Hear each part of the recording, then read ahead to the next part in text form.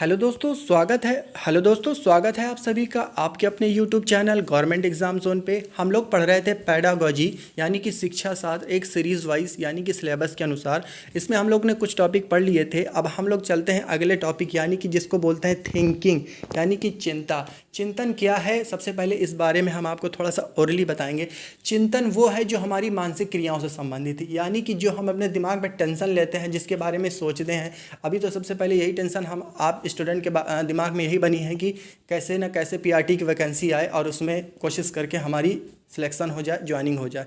ठीक है, यानी कि हमारी मानसिक क्रिया ही चिंतन है। चिंतन हमारी क्या है, मानसिक क्रिया है। तो चलिए इसका शाब्दिक अर्थ में देखते हैं। चिंतन हमारी मानसिक प्रक्रिया है। देखिए यहाँ पर आ भी गया है, चिंतन हमारी मानसिक प्रक्रिया है जिसके द्वारा हम अपनी सभी समस्याओं या प्रश्नों का समाधान करते हैं।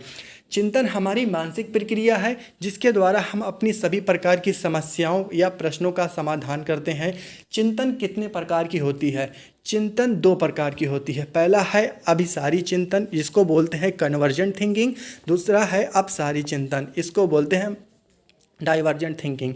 अब सबसे पहले ये दो थिंकिंग जो है इसको बहुत ही मोटे मोटे रूप में समझने की बात करेंगे। अभिसारी चिंतन वो होता है, सबसे पहले देखेंगे अभिसारी चिंतन क्या है। अभिसारी चिंतन वो होता है जिसमें किसी बच्चे से कोई प्रश्न करने पर जिसका सीधा सीधा सटीक एक आंसर हो, उसको बोलते हैं अभिसारी चिंतन वाला प्रश्न। और दूसरा वो होता है अपसारी चिंतन, जिसका एक प्रश्न करने पर एक मल्टीपल आंसर्स हो। यहाँ पे देख लीजिए, आप लिखा भी हुआ है सिंगल आंसर एवं मल्टीपल आंसर।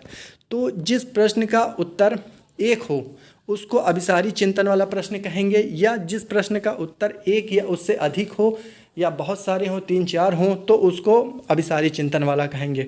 अब अभिसारी चिंतन एवं अपसारी चिंतन का दो उदाहरण ले लेते हैं। जैसे अगर पूछ लिया जाए आपसे कि उत्तर प्रदेश की राजधानी लखनऊ में अगर एक दिन के लिए पानी ख़त्म हो जाए तो क्या होगा, ये हो गया आपका अपसारी चिंतन वाला। अपसारी चिंतन वाला यानी कि हर बच्चा इसको एक तरीके से उत्तर नहीं देगा। कोई कहेगा मेरे आरओ में पानी ख़त्म हो गया, कोई कहेगा मेरी टंकी में पानी नहीं आएगा, कोई कहेगा, मतलब अपसारी चिंतन जिसका उत्तर हर तरीके से दिया जा सके, एक से अधिक प्रकार से दिया जा सके। इसके विपरीत अगर हम अपसारी चिंतन की बात करें तो जिसका सिर्फ एक उत्तर हो। अगर कोई आपसे पूछे या किसी बच्चे से पूछा जाए कि उत्तर प्रदेश की राजधानी क्या है, तो फटाक से एक पद में आंसर देगा, एक शब्द में आंसर देगा, कहेगा लखनऊ। तो जिसका उत्तर जो प्रश्न एक उत्तर वाला हो वो अभिसारी चिंतन होता है। जो प्रश्न बहुत सारा उत्तर वाले हों वो अभिसारी चिंतन पर डिपेंड करता है।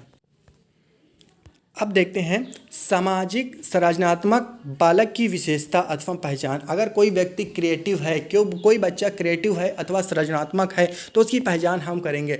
सबसे पहले वो ओरिजिनलिटी पर डिपेंड होगा। वो बच्चा जो होगा, वो छात्र जो होगा, वो मौलिकता का प्रदर्शन करेगा। यानी कि जो बच्चा या व्यक्ति सभी समस्याओं का समाधान अपने तरीके से करे उसे मौलिकता कहते हैं। यदि किसी व्यक्ति को या बच्चे को कोई प्रश्न दिया गया, उसको पूछा जाए कि इसका उत्तर 4 तरीके से लिख कर आना है आपको, तो वो चारों तरीके से उत्तर लिखने के लिए अपने दिमाग का उपयोग करेगा, किसी से पूछेगा नहीं। अगर वो चारों तरीके का उत्तर लिखने के लिए अपने दिमाग का प्रयोग करता है तो वह बच्चा मौलिक है। इसके दूसरे नंबर पर आता है लचीलापन यानी कि फ्लैक्सिबिलिटी। समस्या का समाधान न मिलने पर अपने समाधान में लचीलापन लाकर उसमें बदलाव। यानी कि कोई अगर बच्चा मैथ का सवाल हल कर रहा है, मैथ का क्वेश्चन हल कर रहा है, उसको डायरेक्ट आंसर नहीं मिल रहा है तो अपने तरीके में बदलाव लाएगा, उतार चढ़ाव करेगा थोड़ा बहुत, तब उसे अपने प्रश्न का उत्तर मिलेगा। तो इस तरीके से जो बच्चा करता है उसमें होता है लचीलापन वाला बच्चा। अर्थात हम कह सकते हैं कि कोई व्यक्ति अपने समाधान पर पहुंचने के लिए एक से अधिक रास्ते को अपनाता है तो वो लचीलापन को व्यक्त कर रहा है, यानी कि उसके अंदर अपने पथ पर पहुंचने के लिए फ्लेक्सिबिलिटी है। अगला है प्रभावशीलता। नए नए विचार उत्पन्न होते रहते हैं। समस्याओं को दूर करने के लिए सृजनात्मक व्यक्ति में सोच कभी रुकती नहीं।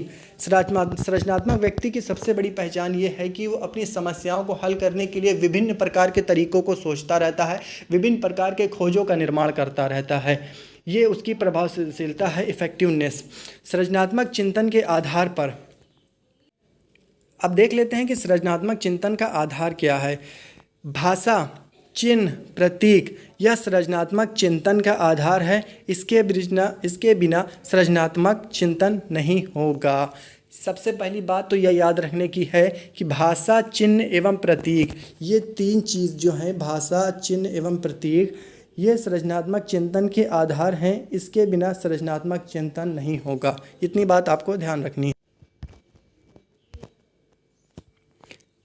त्रिवृत्ति विश्लेषण यानी कि थ्री रिंग मॉडल ऑफ गिफ्टनेस, यानी कि अगर हम बोल सकते हैं जिसके अंदर ये तीन प्रकार की क्वालिटी होगी वो व्यक्ति गॉड गिफ्टेड होगा। जिसको हम लोग बोलते हैं ना कि ये बचपन से गॉड गिफ्टेड है, ये बहुत पढ़ने में तेज है। इसी तरह रेंजुली ने उपहारित व्यवहार के विकास में तीन कारकों को महत्वपूर्ण बनाया। एक रेंजुली थे, ये साइकोलॉजिस्ट थे, इन्होंने बताया कि उपहारित व्यवहार के विकास के लिए तीन कारकों का होना महत्वपूर्ण माना जाता है। नंबर एक है औसत क्षमता के अनुसार, औसत क्षमता के ऊपर कोई व्यक्ति अगर अपनी औसत क्षमता के ऊपर कार्य कर रहा है, नंबर एक वो। दूसरा के साथ ही साथ वो रचनात्मकता है, उसके अंदर क्रिएटिविटी है, साथ ही कार्य प्रतिबद्धता भी है। अगर ये तीनों चीज़ है, ये तीनों चीज़ अगर किसी एक व्यक्ति के अंदर विद्यमान है, एक बच्चे के अंदर विद्यमान है, तो वह व्यक्ति गिफ्टेड है। इसी को रेंजुली ने थ्री रिंग मॉडल कहा है। अब यहाँ पे आप देखेंगे छोटा सा यहाँ पे गिफ्टेड लिखा हुआ है।